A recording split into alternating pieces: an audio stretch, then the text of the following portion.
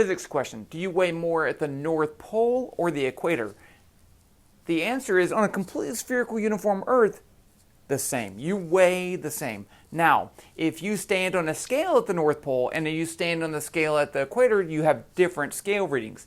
We call this the apparent weight. So to think about the apparent weight, imagine that you're in an elevator. You're standing in the elevator, you push the up button, the elevator accelerates up.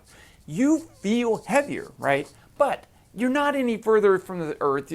Gravity didn't change. The weight, mg, mass times the gravitational field, is constant. It's the same thing. So your weight didn't change, but you feel heavier. What you actually feel is the normal force that the floor pushes up on you. That's what that scale measures. So it will read higher, but you're not heavier. Okay, now if you go on the North Pole, one, hope you have some ice there, okay? Because, there's no land at the North Pole. But imagine that you're standing there. Well, you're just standing there. There's the normal force pushes up, gravity pulls down. They're the same because you're at rest. But if you're at the equator, you're not at rest. The Earth spins once a day about, and so you're moving in a circle. That means that we have to accelerate towards the center of the circle because you're moving in a circle. We call that centripetal acceleration.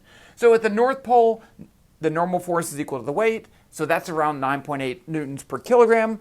Multiplied by 1. At the equator, the normal force minus the gravitational force is equal to negative m omega squared r, where that's the angular velocity of the Earth, and that's the radius of the Earth. So you have that extra little piece right there. So when you solve for n, you have to subtract off that term. So the scale reading is a little bit lighter. Now, I have to say, okay, the Earth's not completely spherical. It actually is wider at the equator anyway. So there's a lot of other factors going on. The density is not even constant either, but the apparent weight at the equator for a spherical Earth would be less than on the North Pole. The end.